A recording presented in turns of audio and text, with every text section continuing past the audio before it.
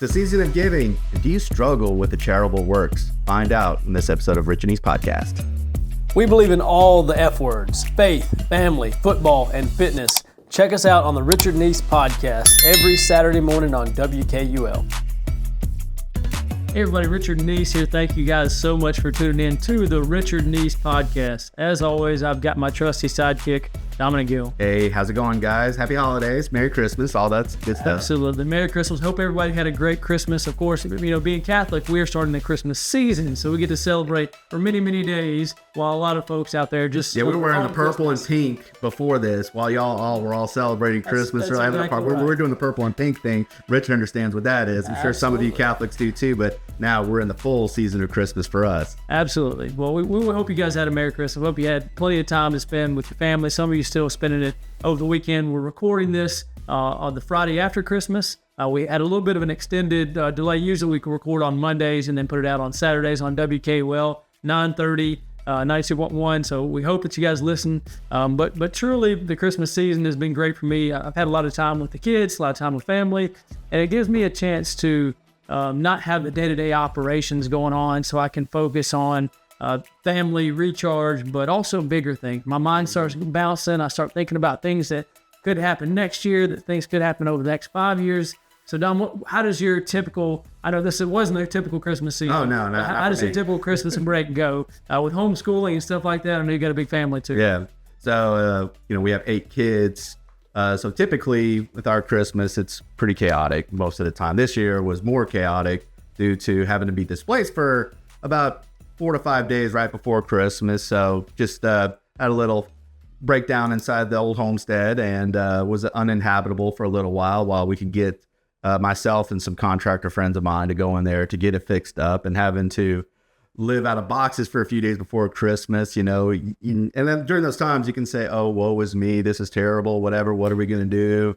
And through it all, I was like, hey, thank God I have a roof over my head. Thank God that I have a house that I can fix.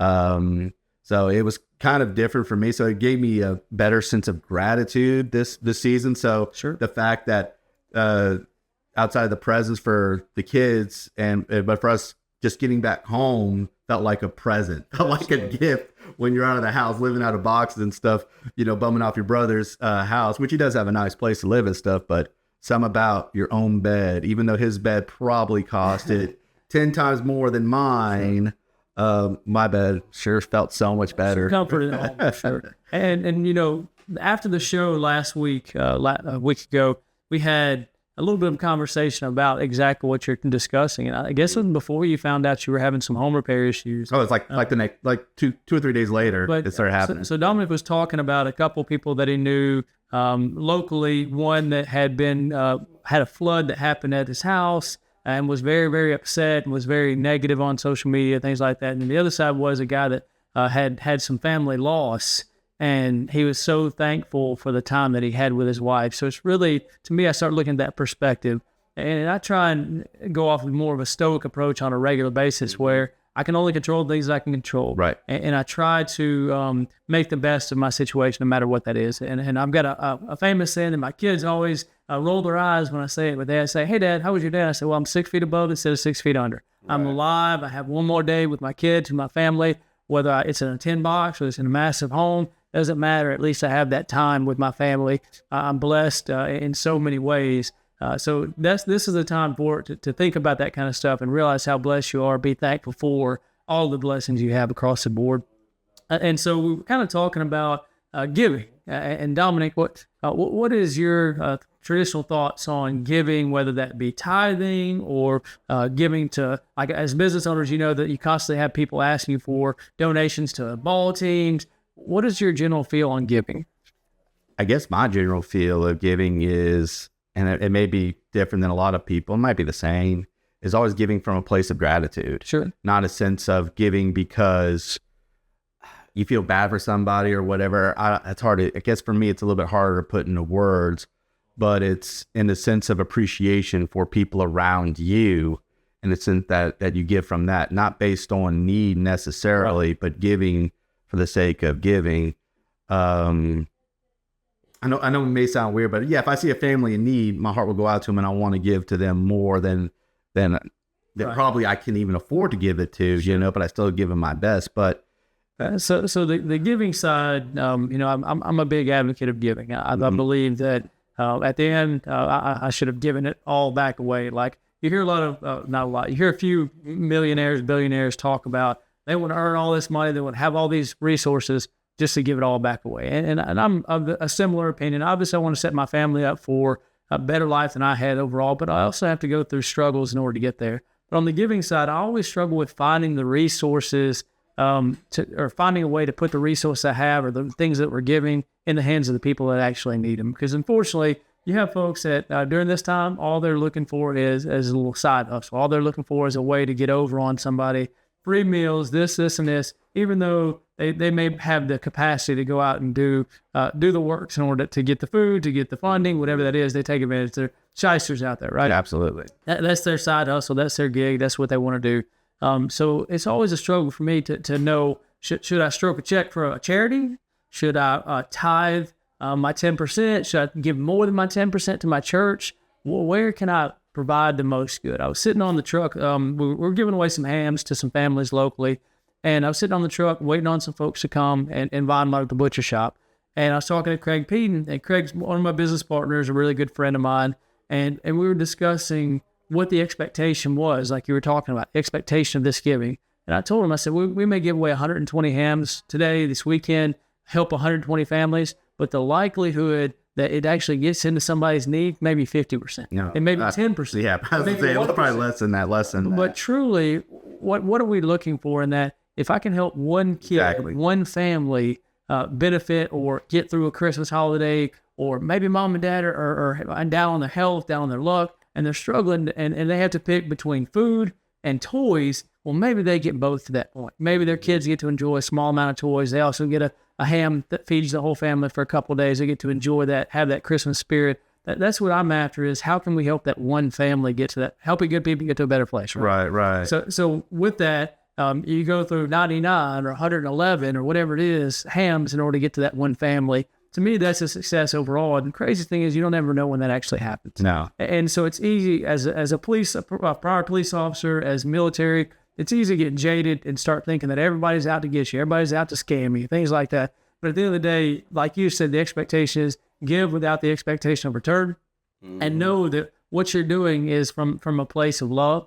And to me, that's the most valuable thing. But then we started kind of digging into the tithing and writing checks to charities and stuff like that. And it's a struggle for me because I've been on the board of several nonprofits, and not all nonprofits know how to manage their money. I think you could probably agree with me on that. Not all of them, we're talking about salaries versus actual benefits to the people that they're trying to help, things like that. It can be a business instead of a nonprofit in a way to help folks. And so I think it's important to understand who you're giving your money to. And then even in the church, I know that no matter what church you go to, some are great with money and handling that and making sure that the resources are used in the right way. And others, in my opinion, they may use it for things that aren't necessary or for projects that seem like it's off of the missions base. So I really struggle with writing a check just to the church, especially for large amounts. I mean, what are your thoughts on that, Dominic, overall?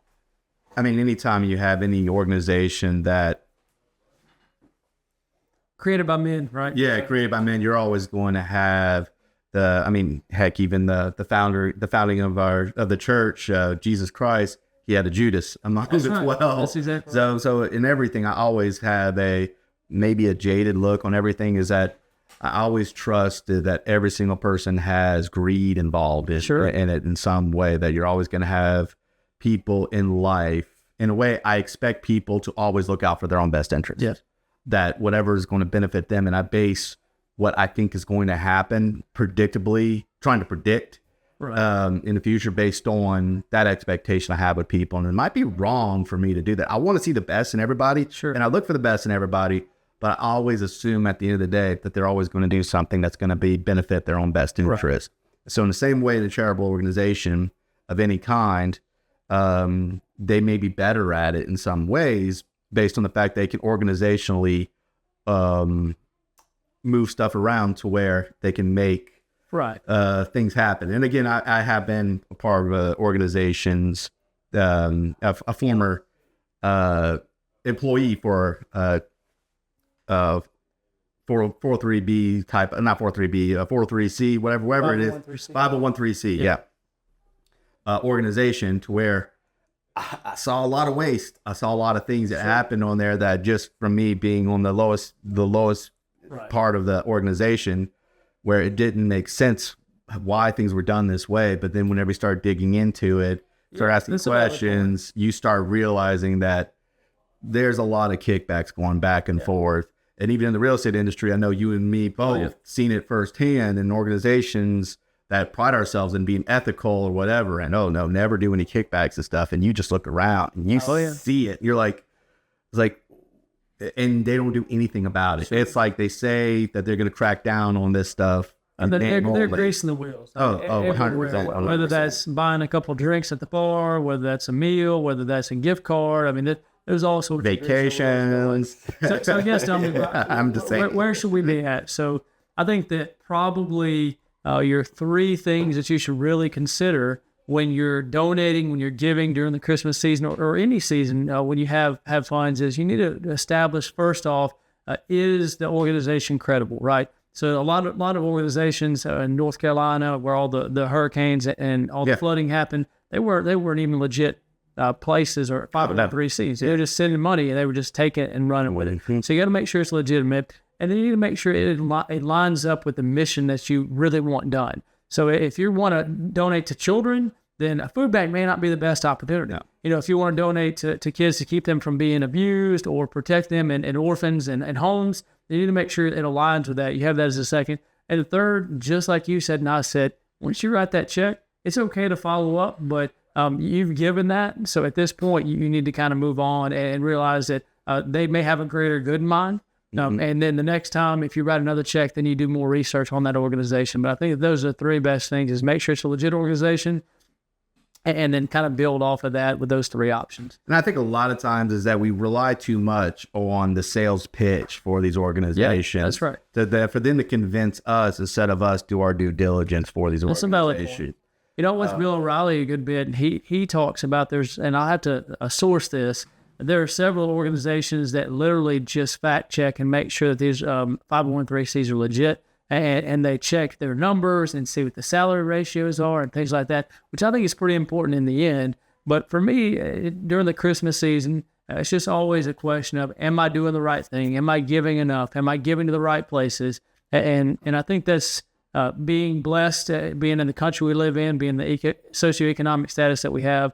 It's important to give to others at the end of the day and make sure that we're trying to do something to better our community as a whole. Would you agree with that? I would agree with that. I mean, obviously, we all want to make sure that we're giving responsibly. I don't think there's too much of a danger of the opposite of that of that happening nowadays. A lot of people, you know, they'll give their 10% or less or whatever it is, and they'll feel like, well, I've done enough. I'm a good person, you know, because of what I've done. And that's good to think that way. I'm not saying that you should approach everything in that way. And I don't believe that you should go and give to the detriment of your own family's well-being or whatever. But the way I generally approach giving is I like to go and I don't want to go and bring a lot of light to this, but or not really light to what I'm doing, but I like to kind of search out people in need and give anonymously. Yep. I think that's the best way that I know that it will go directly to those people. And most of the time, you know, when you know who these people are, a lot of times I'd rather not know, but when you know who these people are, you know that in your mind, you start realizing that, well, this money's not going to, sometimes this money is not going to go for the things that's going to help benefit them the most, that they have bad habits that they have in their life. And that money is going to go to that as well. But you have to be okay with that too. Yeah, but because at the end of the day, that's a great point, Dominic. At the end of the day, go ahead. At the end of the day, it's about giving, not because you know what's best for them. It's about giving for the sake of giving. Yep, that's right. And what I want to chime in on that one piece is when you start tracking where that money goes, at that point, you're becoming a creditor. What you're exactly. And that's why when I don't ever loan family money, friends money, I give them money. Exactly. Because I know that if I turn them into if I'm a creditor and they're a debtor, at that point, there's an unequal relationship, and it'll never be the same. Unless you don't like that person, then you loan them. That's right. Loan them money. Charge high interest, right? Don't even charge them interest. Just loan them. You'll never see them again. That's a good point. They're going to dodge. Just loan them $50, because that's like the one amount that's a little bit difficult for some people to pay. Oh yeah. But then it's awkward enough to where they want to avoid you if you lend them $20. They haven't seen you in a while. I was wondering. They avoid you. They'll stop answering your texts, your phone calls whenever you do that. So going, you mentioned 10%. I know most church going folks know that tithing is 10% typically. And what I've got a slightly different view. Some folks believe, especially if it's a pastor or a priest, they're going to say 10%, very strict, going to the church. But what I'll say is, what is the church? Is the church a building, or is the church people? And that's where I struggle at. Because can I give 10%, just like you were talking about? What if I gave a food to a family? What if we help them with repairs? Is that part of my tithing? Absolutely. I mean, tithing, I think, down to... And again, and I may be wrong on this, but my understanding of tithing is the money that you're designating to support your church or the organization that takes care of your religious well-being. That's the way I've always viewed it. So you're saying the building and the people, the council, that would be the church, and that's where the 10% is going before you give to anybody else. I'm saying that I believe the church is the people that are in the church, right? Not right. necessarily the officials in the church, right. And I guess my understanding of it was was not necessarily the people in the church, but the church as an organization. Like when you give to a local church here, it goes to that parish or to that specific monastery, whatever it is, all the way up to Rome. That money gets trickled up all the way up there across the board. So my thought process has always been on the tithing was to support your clergy. Yeah, that's my understanding. Now it could be completely wrong on what a tithe is. I think you're right, textbook wise. On the term tithing. Now, not charity. Yeah. Charity and tithing to me are two different things. Tithing is to support your clergy.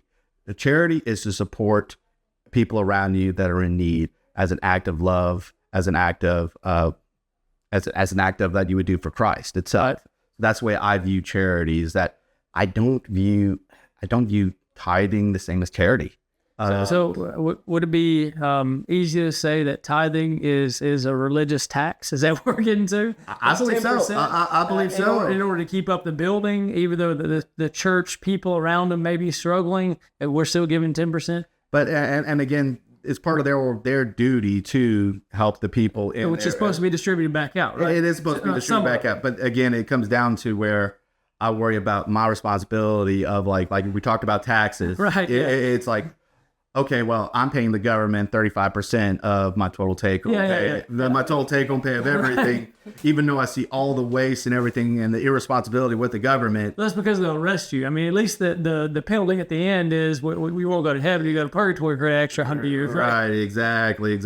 So I guess for me, I view a tithe, like you said, like a tax. It's basically, it's for that upkeep to go and preserve future generations and everything that, unfortunately we have to. So I'm curious, like with our religious tax, I mean, tithe, is there like a bonus depreciation we can apply to this, or can we lower that percentage, or is this a flat rate your tax? Accountant. Get with your accountant. I'm going to call Father Joel and see if he can help me out with that one. But all jokes aside, I mean, I understand that running organizations cost money. And these men and women that are religious, it costs money to take care of them, and I don't want my priests worried about the financial stability of the local parish. I want him worried about the souls of the people in it, the people that need help. And I understand that. What I struggle with is new projects that are happening with special funding. We're raising money to do the organ, but you've got people that are living with no heat and air, or no water at their house. You got kids that don't have shoes.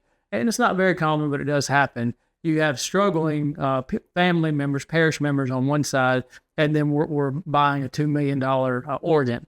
And that's somewhat specific, but I understand it all has to work, and I know you have to have a good product, so to speak. You have to have a good facility for people to come into, to feel safe, to feel warm, and it costs money to do that.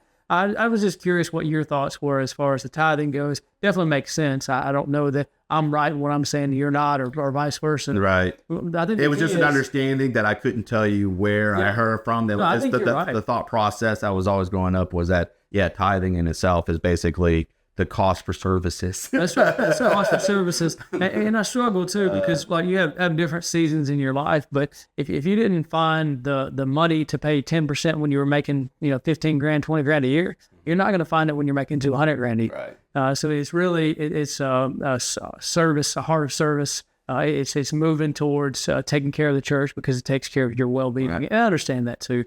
So where are we at on time right now, Dominic? I don't know how much. Do you have a count timer on there? So we have to reset the timer because they had a little visual glitch. So now we started a little bit early. We'll go a little bit further. So an update. So we've been doing this rucking group here in Coleman, the Coleman Ridge Ruckers. I don't know if you can see my Go Ruck shirt. I'm rocking it out today. Yeah, there you go. Easy. It's not down there. I do have Go Ruck shoes on, which you almost caught with that. So. So this is just an opportunity for us as men, as community members, and it's not exclusively just men, but typically men come, to have fellowship, to get in better shape. Women are invited, they just don't want to be there. I don't blame them. Usually it's 6 o'clock in the morning, a bunch of grumpy old guys, stuff like that. But truly it's a way for us as men to come together. We're doing an event this coming Saturday. Actually, when this airs, I'll be at the Walls of Jericho, hopefully with about 8 men that are hoping to learn more about rucking, to enjoy the view, to get some exercise, and just to bond, have some fellowship too, which I think is important and very lacking these days. So if you're in Coleman, you want to be a part of that, check us out on our Coleman Ridge Ruckers page. We'd love to have you. And if you're an enthusiast, please chime in. I love to hear about gear. I actually got some cool stuff for Christmas. A couple things for my hands and for my face. Then also we got a multi-tool that's like a walking stick that screws together. Pretty cool. And my son will enjoy that. We won't ever use the tools, but it's a cool concept on it. I never know. You may be one of those things that you're glad that you have, and Absolutely. You may not need it, but then one day you'll be glad you have it if you do end up needing it. Well, and the details are important on that because I wanted another walking stick because I was talking to one of my friends, Tim Shavers, and he made a good point. He said one time he was in North Carolina, and they actually had to create a gurney and carry some guys out. And so what they did, they found some trees, and they cut them down, some small trees, and they created a gurney with walking sticks. You already have it. And then you can just put some shirts and stuff, and you've got a gurney built out so you can carry somebody if you needed to. See, I have a walking stick so I can pretend to play Gandalf. That's subtle. So I've got one just for you when you decide to stop, man. I'll be out there casting spells. Well, you might get left down there, but we won't talk about that. But I think that we have to create this opportunity to have more local, and while social media is important, local fellowship. Mm-hmm. And social media can allow us. There are lots of people on this page that I don't know from Coleman County that are coming together, and we're going to talk business. We're going to talk life. We're going to help each other grow. And I'm really excited about that. So if you are in Coleman County, please check us out at Coleman Ridge Ruckers. Come do a hike with us. We do them at St. Bernard on a regular basis and some other places. We're actually going to do Duck River. We're going to be doing that. And for New Year's Day, we'll be working on that. We hope to see some of you guys there. I've got a lot of stuff. I've got the carnivore diet that I've been doing for the past 3 weeks, which has been interesting. I'm working on some New Year's resolutions and things like that. But we're coming up on the end of our 30-minute segment on the radio station. So Dominic, is there anything you want to hit before we go to break and then come back with the extra stuff on YouTube? I was just listening to this all information from me, so I'm just consuming right now. Just consuming information. I got you.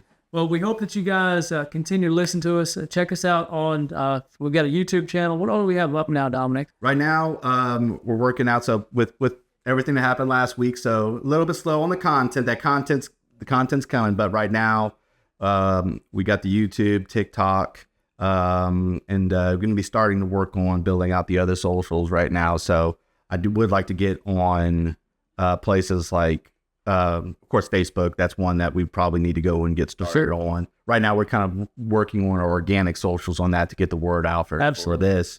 But eventually, we'll have something for Instagram, Facebook, Rumble. Right now, we're just kind of getting started on the TikTok, YouTube, doing the shorts, and then start getting out on the reels, trying to get the message out there in short, bite-sized segments. Problem is, we're both so long-winded that it's hard to get. It's definitely It's hard to get those short segments. Well, we're getting back into the saddle, as you like to say. I mean, we're learning about the new world and social media and trying to get better content, short form, so you guys can get some nuggets out of what we do. Really appreciate all you guys for listening. We want to continue to help good people get to a better place. If you're local, if you want to call up the station, if you want to be a guest on the podcast, we'd be happy to get some different perspective. We got some guests coming up over the next couple of weeks we're excited about. So make sure you guys listen to us, like I said, on WKUL at 9:30 on Saturday mornings. So we'll be on there, on YouTube, and all the things Dominic just said, all those other places we're working towards getting on. But we hope you had a great Christmas. We hope you have a good New Year's, and we'll see you next week. Oh, the radio people are gone now. So we could start using foul language. All right, all the radio people are gone now, so JR can't censor us anymore. Yes. No. That's a great thing. He likes to mute us when we start getting a little off color. But we hope you guys listen to the last segment. If you're tuning in for the first time, please subscribe, please like, please share, please spread the word. We're trying to help good people get to a better place. We want to help you develop as a person, whether that's faith, fitness, finance, all of the F's, like Dominic likes to talk about. All the F words. Football, that's right. And guess what? Doing all those things, it's another F word. It's free. It's free. Yeah. I like free. And we're not trying to charge. We're not trying to make a dime off of it. We want to make the world a better place. I know as cliche as that sounds, we want to help you get to a better place. We want to help you grow as a person. I've got the kids right outside the window over here knocking. I've got dad duty today. They're doing some reading over there, which brings me to a couple things I want to talk about. A couple books I've been reading, Dom. I don't know if you follow the Killing books by Bill O'Reilly. Have you ever read any of those? I know people who have read those. I know that they had. I remember Killing Abraham Lincoln, or the Killing Lincoln, Killing Jesus was one. So then I'm Killing Patton. I actually bought every Killing book he had because he had a special going on. For you're on the list now, right? Hey, I'm fine with that. I'm on lots of the list. So I just got added to another one. So I'm actually reading Killing Jesus right now, which is great. It's Christmas season, right? Mm-hmm. And it's really what I like about his books, and you're welcome to borrow any of them if you want to. What I like about his books is he takes multiple perspectives. So he talks about Jesus and his family, and then he goes to Julius Caesar, and then Caesar Augustus, and then Herod. And so you have all these different perspectives on the things that are happening over the 100 years, 50 years before Jesus was born, and then about 50 years after. And he's kind of looking at all these different perspectives. This is a history book. Bill O'Reilly is actually a Roman Catholic, but this is not a religious text. It's giving you more context about what actually happened historically and not necessarily from the Bible, but he does use that as a reference. So I think it's a pretty cool way to flesh out and learn more about the time so you understand the story better. Because as you know, Dom, when you start reading about historical events, you have to understand what's going on around it to really get the meaning. I remember reading Shakespeare and not understanding any of that stuff, and then you have a good teacher that comes in and says, well, this was actually a lot of satire, and this was going on, and this person, this king had just done this, and that's what they're making fun of. And it's almost like current events from 500 years ago, 2,000 years ago. Does that make sense? Yeah. No, I didn't know that. I mean, I know the story and the significance of Hamlet when it comes down to Shakespeare, yeah. But outside that, I didn't know that they were actually going through, that he was actually trying to go and basically be a troll for his time. Oh, absolutely. So these guys, if you really dig into Shakespeare, I mean, it would be, he would be like the ultimate meme lord. I mean, seriously, this guy is hammering politics, local, regional, national even. And so all of this stuff is just kind of, it's tongue in cheek. So a lot of the stuff that he's saying has multiple meanings because he can't say what he actually wants to say. And so it's really, really satirical. Satirical, is that right? Satirical? Yeah, I think you said it right. Yeah. So it's there's a lot of satire involved with that. And so it's cool to see that because you look at the same thing, like you look at these, what is the one in Jasper, the page that's satire? The Daily Mountain Eagle, the Daily Ostrich. Daily Ostrich, Daily Mountain Eagle. Maybe it's the Mountain Eagle. There's some the Ostrich. It's run by, oh my gosh, what's his name? Matt something. Big guy. Mitchell? Is that his name? Matt Mitchell. Yeah. Matt Mitchell. Yep. He cracks me up with some of the stuff that he has. And what cracks me up even more is when like him or Coleman Daily 2 or whatever it is starts taking it, putting this stuff out there. People share it all the way across the board because I think it's actually happening. It's like, really? Yeah, Smith Lake's supposed to be shut down already. Smith Lake's the plug is going to be pulled. Yeah, it's really great stuff. Anyways, getting back to what I was talking about. So with Bill O'Reilly Killing Jesus, I thought it's a great book overall. I'm about halfway through. I'm also reading a really cool book, and we were talking about giving in the previous section. Have you ever heard of a name, Kerkorian? You ever heard that name? No. So Kirk Kerkorian built Las Vegas, basically. He's an immigrant that came over, but Kirk, the book is called The Gambler, and it talks about his life and how he built three times. He built the largest hotel and casino in the world, back to back, 3 times total. Just wants to break his own record every time. Pretty much. And he just kept going bigger and bigger. He bought Chrysler. He bought into GM. He actually bought MGM and split it up. Pretty crazy stuff. And this guy also had, surprise, he's a billionaire, right? He had a 25-year-old girlfriend that turned into his wife when he was 72 years old. I know that's shocking, but it's just interesting to see. I mean, you never know. It's never too late for love. Or never too soon, depending on what you're looking at. I think I saw something on Facebook where it was talking about Cher having a 25-year-old boyfriend and Madonna having a 25-year-old boyfriend. And it said, well, if you haven't found your soulmate yet, don't worry. He hasn't been born yet. I guess those are just some sugar babies. That's right. Male sugar babies. I don't even know what you would call that. Yeah, I don't right know. there. No integrity for sure. That'd be a rough life, I'll say that. But I just got to outlive them. Just got to go. The Gambler is a great read. If you'll listen, I've been listening to The Gambler, and I'm setting the goal again. I've got to about 30 this year. 52 books next year, 26 audio, 26 written, actually physical books. That's what I want to do. And I've got 12 books right now from Bill O'Reilly. So what's on your next read then? So I'll probably work on another killing book. So I've got the Killing Jesus, and I'm almost done. I'll be done today with the Kerkorian book, The Gambler. I haven't gotten one. I've got 3 or 4 lined up, but I don't know which one I'm going to read next. I actually just had one of my friends, Bipin Prasad, send me the Bhagavad Gita, a Westerner's perspective. So it's a different look. I like to listen to stuff like that because I think there's truth in other parts of the world. I don't think that we know everything in the Western world, and I think there's some perspective that we can gain from that. Will I become some sort You mean Eastern? Yes. Eastern. I was like, it's in the Western world every day. Yeah, that's right. Excuse me. I don't plan on taking on some sort of Eastern religion. But, Right. But it's always good to have some different perspective. I also think it's important because our world, especially with immigration, things like that, our world's changing rapidly, and we live in kind of a homogenous area in Alabama. But if you go to any other city, you're going to have lots of different cultures all flooding in. You need to understand that. And that's one of the knocks I'll say about living in the area we live in is we don't have a lot of diversity. And so it's hard for us to have a different perspective. I mean, look, even for someone like me, and you can relate to this too, I'm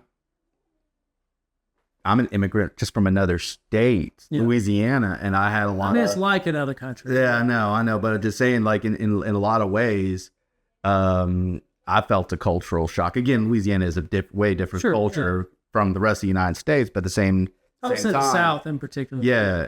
It's a different Southern flavor. But it's definitely not something that you definitely see that melting pot and that kind of, and I don't want to go and trash on Coleman. I love Coleman, but you don't have that kind of that welcoming spirit. Like you're almost like you're not one of us type. It can definitely feel that way. I do think that some of that could be brought in when you're coming to a different area. There's always some sort of confusion as far as I don't know who is what, right? And it's you don't really have a group to connect with, right? But I would agree with you. I mean, anytime you go into that, if I go into Harlem, I'm not going to feel real welcome just because I don't. No, absolutely.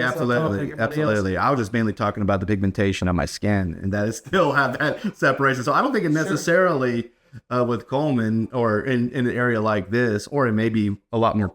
It may be everywhere, and I'm just don't see it. I don't necessarily think it is something that would be a skin color type of a thing. I just think it's more of a culture thing. Yeah, I would agree. You have to be kind of ingrained in that culture. Born and bred. Yeah. So those things. I would agree with you there. So I don't have anything in particular. Are you reading anything right now? Are you looking to read anything next week? So for me right now, I don't have anything on the agenda directly. I do want to review a few things. You've been talking about rucking so much, it makes me want to go and reread Wild at Heart by John Eldridge. Absolutely. It's one that definitely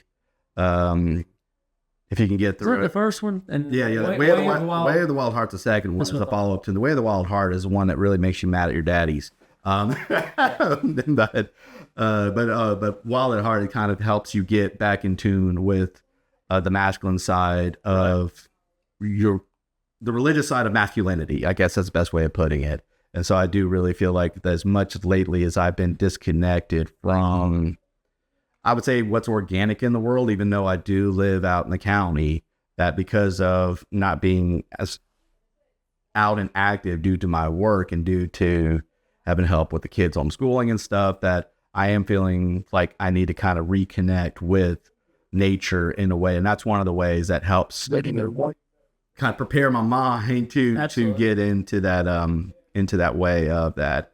Because of one of the things that my dad talks about, and he quotes something, is that grace builds on nature. And when you devoid yourself from nature, that you start devoiding yourself from the grace. I think you're exactly right. And that's a great book to read. And what I like about that one is it gives you a roadmap and it helps you understand the feelings that you have going on, especially Wild at Heart. It talks about the reason you feel like you need to go conquer something is because that's natural. It's not something that, like you were talking about, our society tells us, no, you don't need to conquer. That's just a Western perspective. Be a good boy. Right. Don't be a toxic. No toxic masculinity. No toxic that's right. masculinity. And then we look at the breakdown in marriage, and it's because we're not actually going out. What's the phrase he uses? Fighting for a princess, or or not capturing a princess. What? You know which phrase I'm talking about? The White Knight with.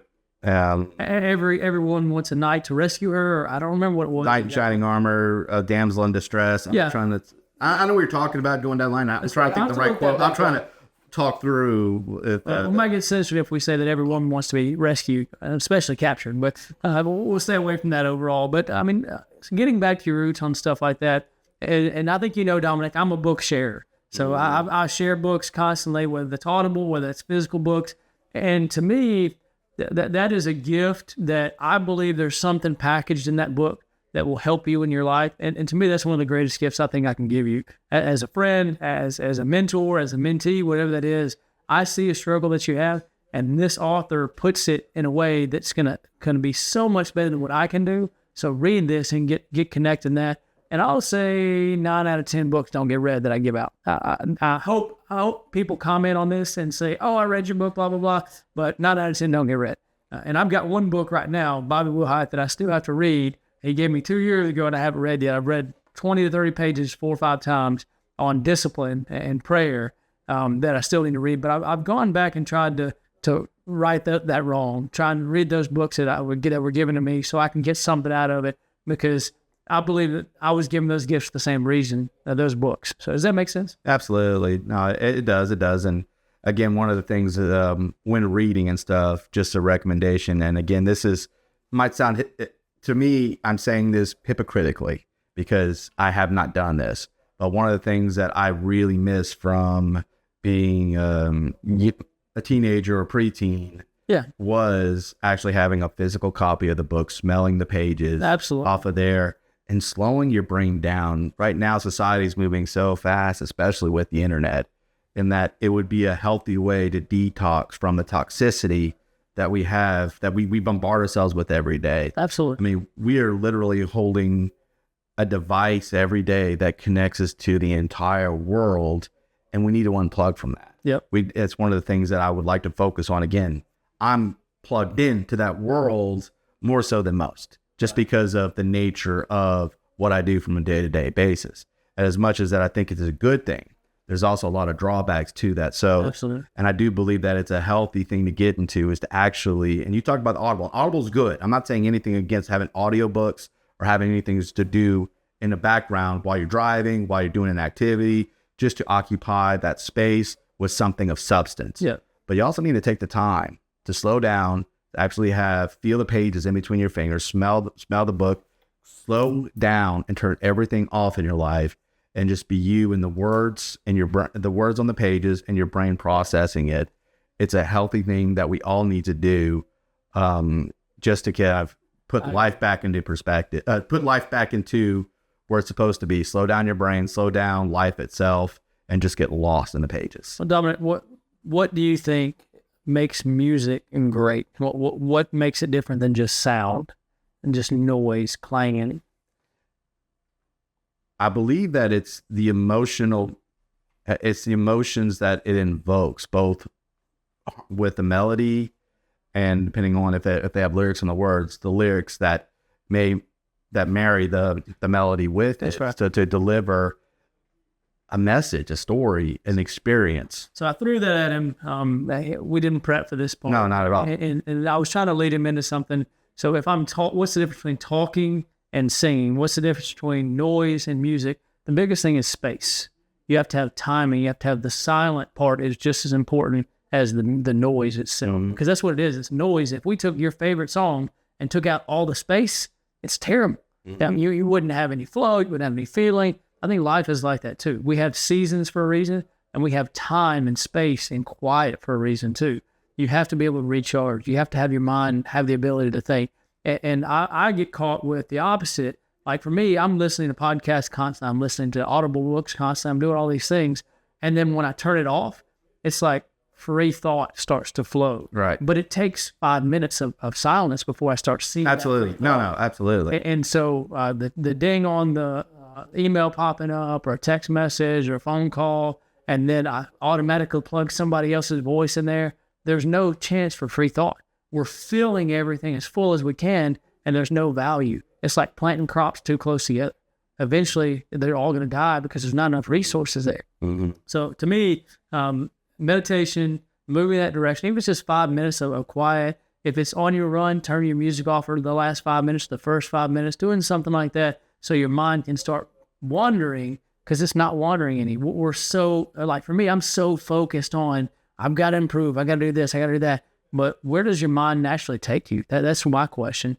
And then for some people like myself, the silence is a little bit scary too.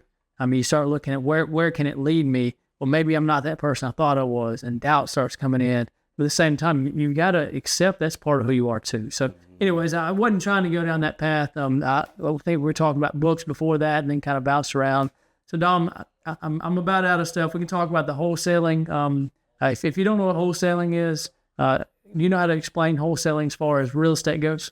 So wholesaling is whenever you find a property that you find at a discounted price that's lower than normal, and then you go and get that property under contract, and then you turn around and now you sell the contract to an investor. Yep, and the important part is you sell the contract. You don't sell the actual property yourself, because then you'd have to have a real estate license and a few other things.